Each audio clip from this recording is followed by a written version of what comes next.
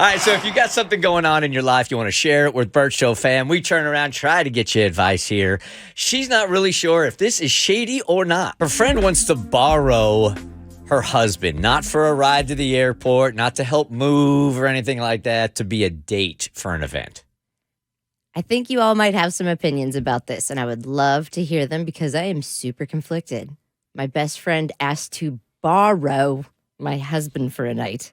I think that might have gotten your attention, so let me explain.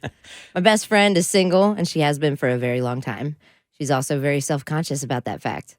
She's only 28, and I try to tell her it's not abnormal, and it might be more normal to be single at this age. Unfortunately, most of her friends are married or getting married, and most people she went to high school with are also married.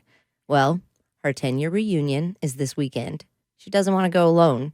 She's already self-conscious about being single, but on top of that, she's nervous about going to the reunion. Apparently, she was kind of unpopular and made fun of in school. There was also a group of mean girls who she really dreads seeing. She especially doesn't want to go back and still, quote, look like a loser because she's single. That's where my husband comes in. My husband is pretty hot, if I do say so myself. He's also good friends with her. She asked if he could go as her date and pretend they are together.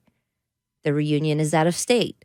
I could travel with them if I can rearrange some things. However, I'd hang out at the hotel while they went to the reunion for a few hours without me.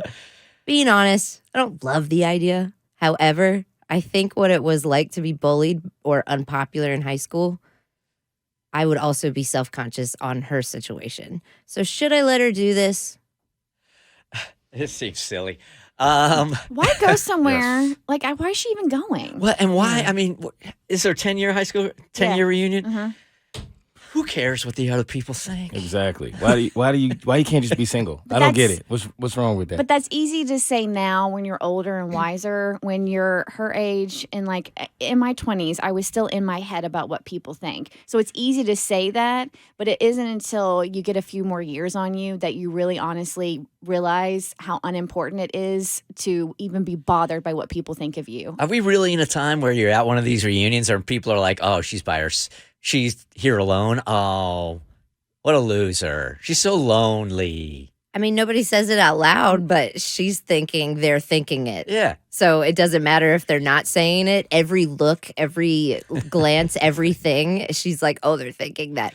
And, you can't really tell somebody to get out of their head. It's not that easy. You can't smack it out of them. But people do know they can decline the invitation to a high school reunion, right? We never had any. I did it, and I got a nasty Facebook message like months later. Like it was a mass like, okay, fine, you guys don't want to pay for stuff, then we won't have it. Nobody's going to RSVP. Yeah. So fine, be that way. And we're all like, yeah, we will. We're gonna be that way. And people act like they don't know you can say no to these. They're kind of silly. My high school senior class is all still pretty strangely tight. Like, everybody still knows what each other does or in group text with each other. So I've hit them all. And the thing that I learned is people pretty much stop aging at about 18. Yeah. I mean, maturing after 18. Yeah. Same person. You're the same person. You just look a little bit differently. I don't have one friend from high school. Is that right? No. Well, no, I'm lying. I have one, but I've never been to a reunion. I didn't like high school when I was there. So I'm not going to go back. You're not going to go back and reason. All right. So back to the question at hand. Oh, yeah. Yeah. Does she let her husband do this? No. It's silly. Okay. I also think it's weird that the friend asked him, like, hey, husband of my friend, will you do this for me? Instead of saying, hey, friend, can I borrow your husband? Like, she approached him first. I'd be more acclimated to doing it if she came to me rather than going to my husband and asking for the favor. I don't like the idea of borrowing either. You can rent him and pay me. There you go. You can pay our family for the night. Oh, rent a husband. I dig it. The Bert Show.